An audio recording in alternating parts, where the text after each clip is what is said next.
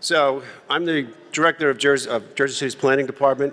We're a city of about 250,000 people, and we have 6 planners, 2 historic preservationists, and 4 secretaries.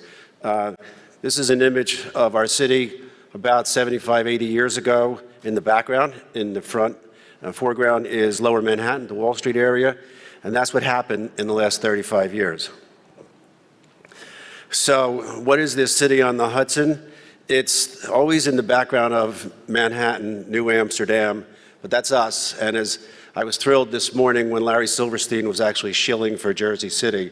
So Brooklyn and Jersey City, Brooklyn and Jersey City, which is terrific. We have more Class A office space than Brooklyn, so we're actually the 2nd borough, not the 6th, if you want to count.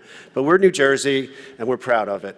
This is our waterfront from about 200 years ago. This has all been filled by the railroads, and if you know New Jersey at all, where that water's edge is basically where the New Jersey Turnpike runs, adjacent to Liberty State Park. You can sort of see the little island city and the swampy land behind it, all been filled in. Actually, I live on top of that swamp. Here's Jersey City's Peninsula, Bayonne at the top of the picture, and you can sort of see the roadway snaking through its New Jersey Turnpike. And what this picture actually depicts, and this is again about 75 years ago, is the downtown section of Jersey City, which is the hottest historic district, $2 million houses. It's very dirty and sooty because it's surrounded by railroads and factories burning coal and oil. And you can see the waterfront here, which is important to notice how industrial it is with the piers. So Jersey City was the railhead of the nation. All the rail basically came through to New Jersey and then into the port of New York and out into the world. And places like Boston didn't want the rail because it was dirty and smelly. So the Kennedys and the Fitzgeralds kept it out, and it wound up in Jersey City. We're a trolley car suburb. We actually were 5 communities that came together because of the trolley cars. And now a very important component is back. Trolleys are back in Jersey City, but they all went away in the 40s, and I'll show you some pictures. And we also were the Morris Canal, the Hudson River end of the canal here, and went as far as Pennsylvania, and actually did more business than the Erie Canal. This is it looking towards Lower Manhattan. And it became dysfunctional, and the canal closed. You can see in this image they're building the World Trade Center towers, and our Morris Canal has become a boat basin.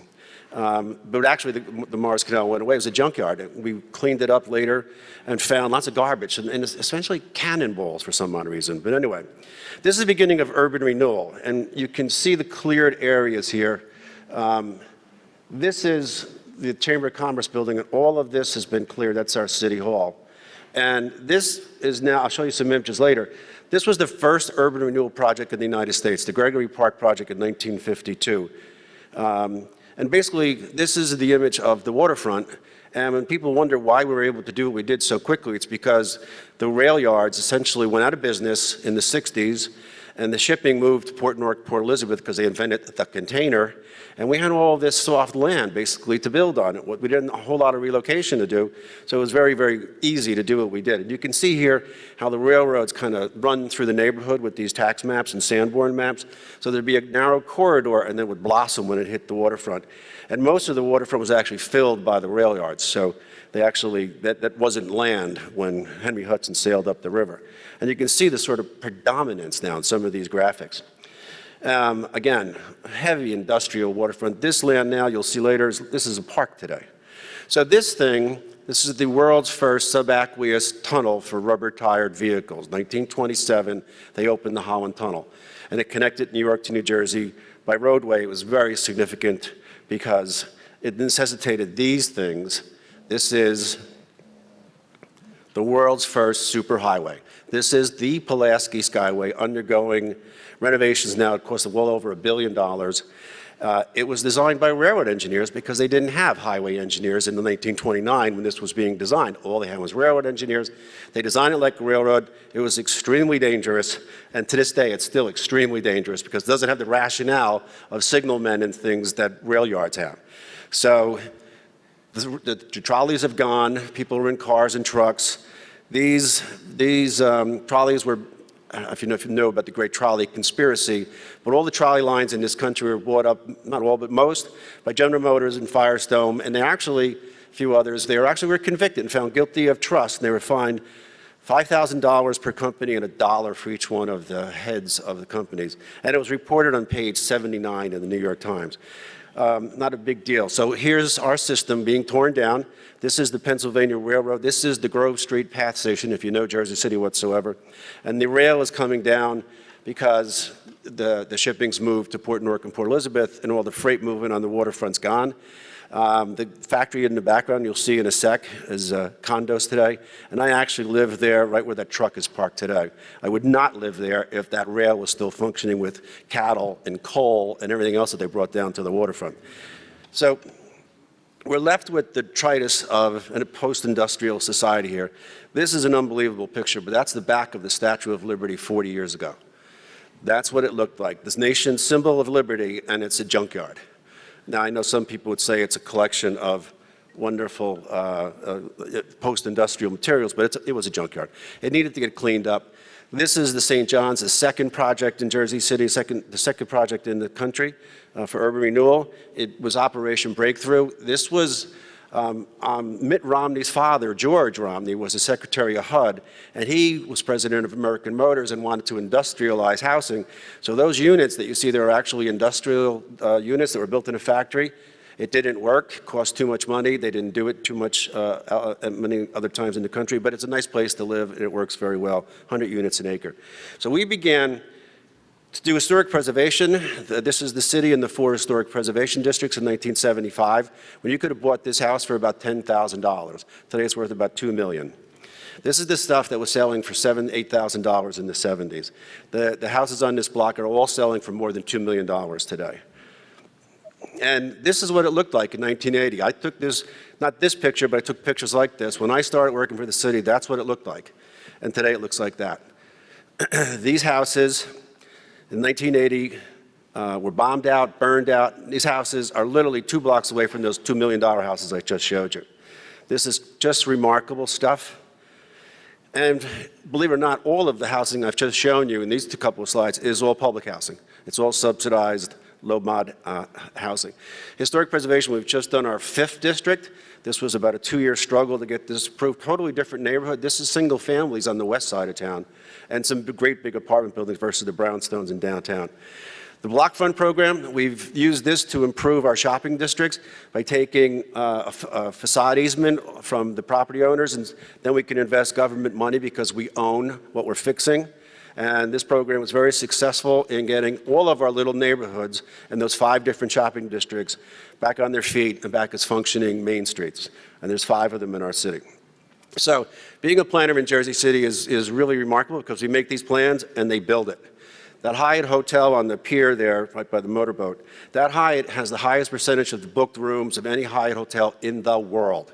It's unbelievable, but it's a world-class view, and of course that's why you're going to do it. And with the internet, you Google this stuff, its price, its location, its value, it's always going to be on the first page. So look, here's our waterfront 60, 70 years ago. That's the Holland Tunnel. It's the Holland Tunnel vent shafts, so you can place yourself. That's Newport today. This is about 1.5%, 2% of New Jersey's economy is right there in that picture. And this is before and after. And a before, after. This is the waterfront by the Statue of Liberty. And after, we've created that Greens Park now. This is an old picture, actually, but you can see how we took that junkyard and converted it into a lovely park in the backdrop. One of my favorites is the story of this picture here is a tank farm here. The oil was leaking out of the tanks because they didn't put bottoms on them, because the bottoms would rust, and so what? The oil goes in the ground. It came out of the ground. They filled it with the dredge material from the harbor as an environmental cap, and they created this, the world's most expensive golf course, Liberty National, and the President's Cup's going to get played here in about 2 or 3 years. This is one of the most spectacular golf courses. It's the Pebble Beach of the East Coast. I mean, look at that. 14th hole is spectacular. This is building Goldman Sachs Tower on the waterfront. You can see the bathtub being built here, and the development of their tower by Caesar Pelli.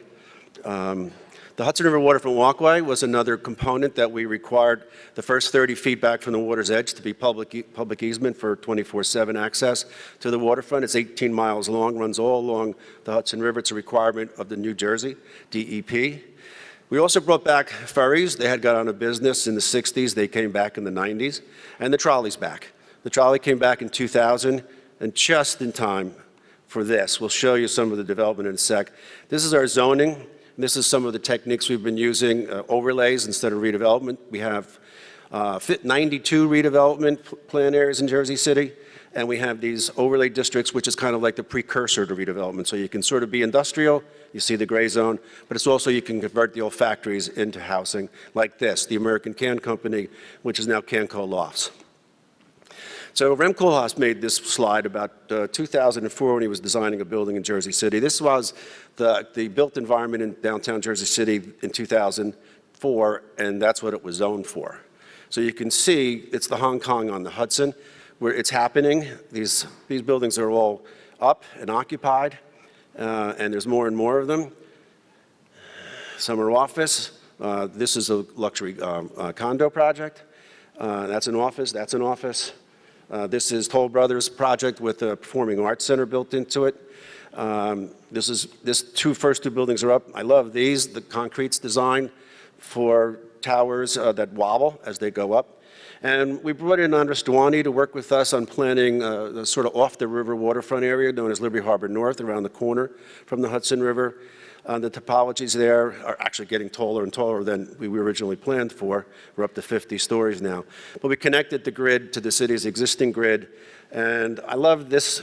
We require a different architect every 100 feet. And the developer actually changed up architects every 50 feet. So you get this kind of totally mixed up non-cookie cutter look to the project. The one building that didn't sell was that one. The modern one didn't sell. Nobody wanted the glass box.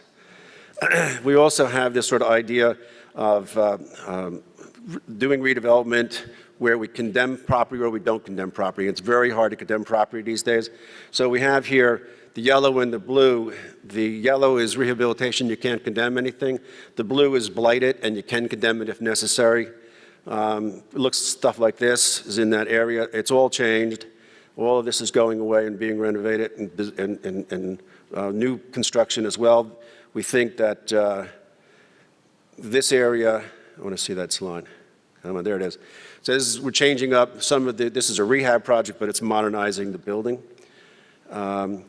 The zones, there's all these 6 different zones, and what they do basically is they give you additional height.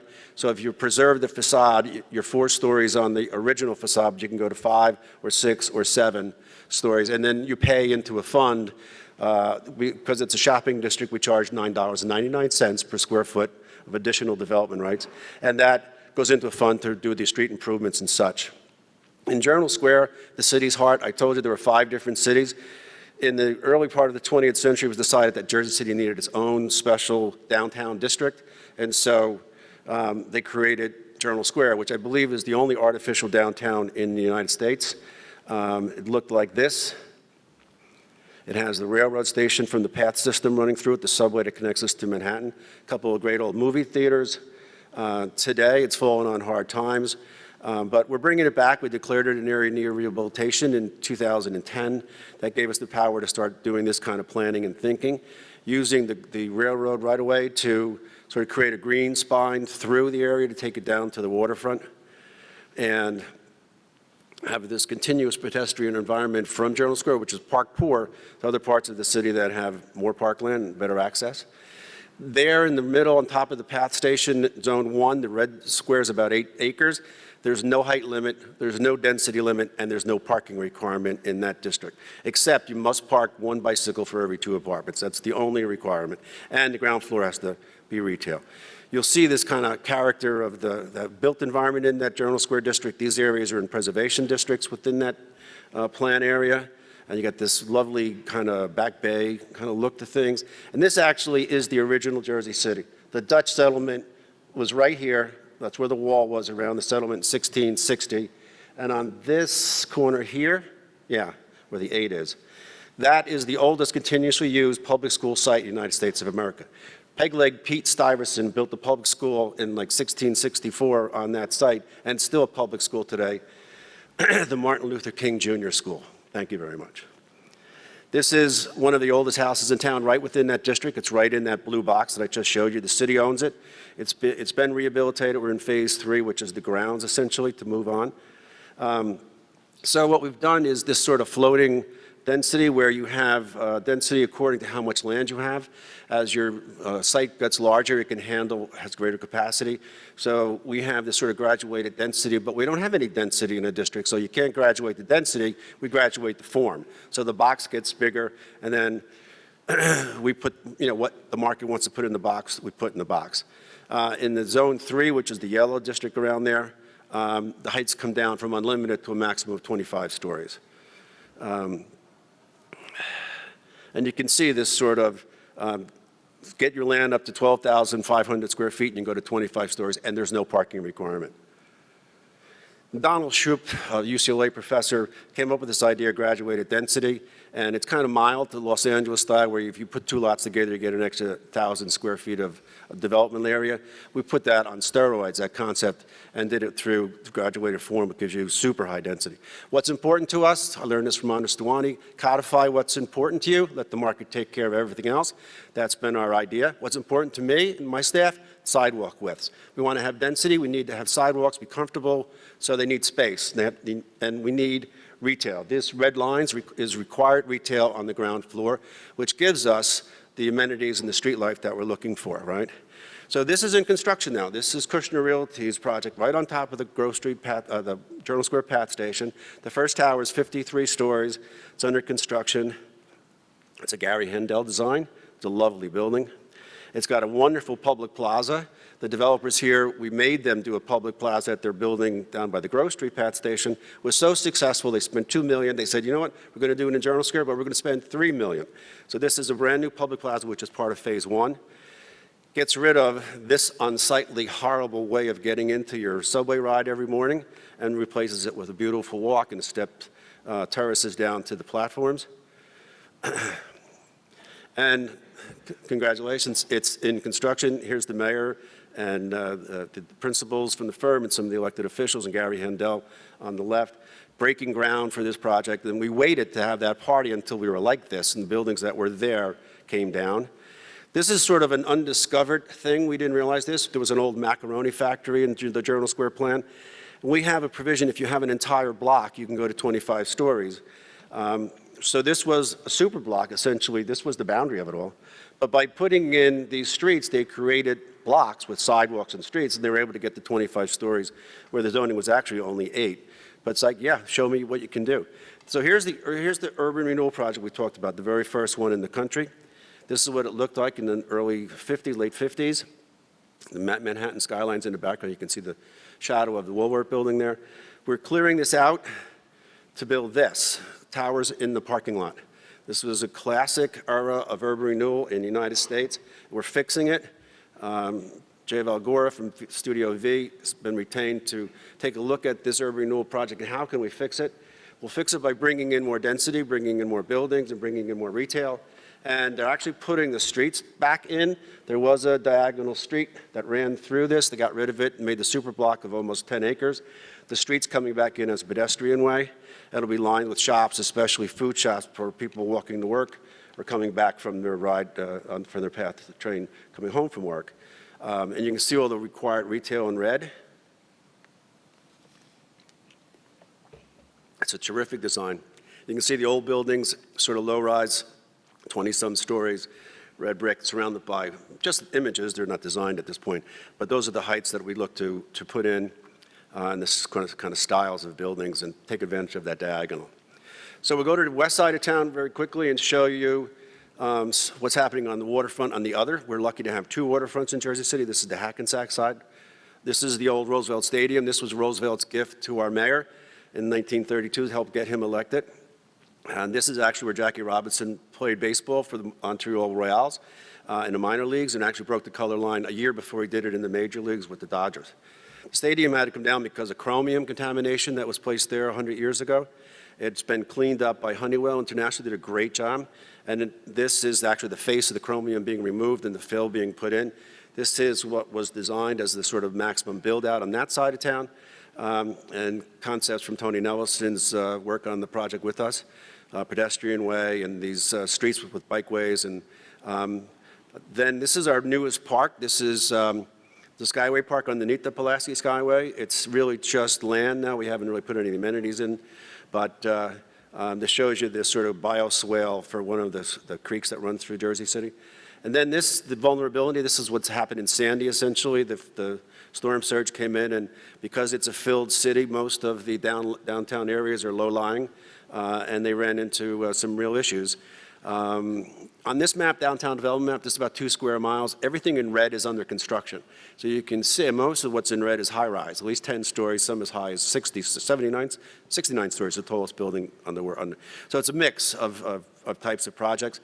Tax abatement, the financial incentives, it's sort of the red zone there. That's the highest priority in the center of the city, and the lowest is the waterfront because we've got the market there. These are some of the projects in Journal Square. All those red spots in Journal Square are under construction. And then the car ownership in Jersey City is less than, somewhere around 40% of the families don't have a car. And the numbers are as high as some areas with 66% of the families without a car. Because of things like this, which we're advocating for the extension of the number 7 subway.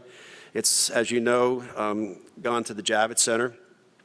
We're proposing that it come, and Mayor Bloomberg agreed with it on this. This was his idea. It was promoted by New York's EDC, to take it to New Jersey through a station at 23rd, a station at 14th, connect to the Brooklyn line, and then take it under the river to Hoboken Terminal, then onto right-of-way that we own. New Jersey Transit owns this right-of-way that would take it to the Journal Square area, and then out to the Meadowlands where the Giants play football, and a total distance of 6 miles. So you connect the New Jersey Meadowlands Sports Complex to the Flushing Meadows Sports Complex where the Mets play, and in the middle is this place, Times Square, where we are today with 150,000 hotel rooms. That gets New York the Olympics. So if you want the Olympics in New York, here's one way of doing it, and we get an extra train to take us to work. And it's remarkable about this is not a new idea. That idea of running the subways to that area of New Jersey, the Meadowlands, this is a journal from 1927. The private companies were talking about doing it in 1927. Once government took over the rails, no more talking. Another project we're promoting is, as Gary Barnett said, if I could wave a magic wand, I'd get a train out to the Newark Airport. It's already been talked about. It's being built as part of the Port Authority's capital budget. Our population growth, you can see that we're nowhere near our peak. We're going to get there. This is 1980 when we dropped to 220 from 316. The projections are to go as high as 350 in 2050 and maybe to 475 in 2050. If there's a slowdown in New York, then the escape valve will cause buildings to be built more quickly in Jersey City. So here's our development trends. This is the 1900s, those historic districts. To the 30s, we got the path system, and then the turnpike in 56. In the 60s, we started urban renewal. You can see a couple of little yellow dots there. Those are those apartments I told you about. We're fixing the first urban renewal project, Gregory Park. We've got some more urban renewal. We got some historic preservation in some districts downtown. And then in the 80s, we built the Newport Mall with the Newport apartment buildings and the Harborside Terminal that's converted into first-class office space. In the 90s, we continued that trend even though there was recessions. And then in April 15, 2000, the light rail system opened up. And that happened in the next couple of years, next 10 years, next 20 years. This is the infill capital of the United States. It's a remarkable story. So I will leave you with this image of the Statue of Liberty, and that's us in Jersey City standing behind that lady in the harbor. When I tell people when you see the Statue of Liberty, you're looking at Jersey City because that's us right behind her. And with that, I thank you. And there is a brief presentation here that the mayor of Jersey City wants to welcome you to the Jersey City room downstairs. Somebody was supposed to play a video, but they didn't do it. Oh, yes, they did. I can't see you, but all right, I see it behind you. Okay, great. Thank you.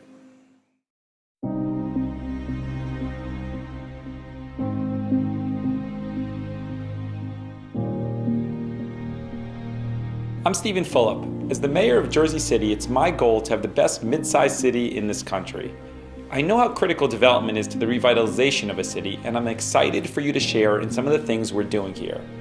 Using the ROAR platform, we've created an augmented reality experience where you can do better than just imagine, you can actually see how how development will shape Jersey City over the next 20 years. I'd like to take a moment to welcome you down to the Jersey City Room after this presentation, where you can learn more about our city and you can even download our augmented reality app on your own phone. Enjoy the presentation, and we hope to see you downstairs.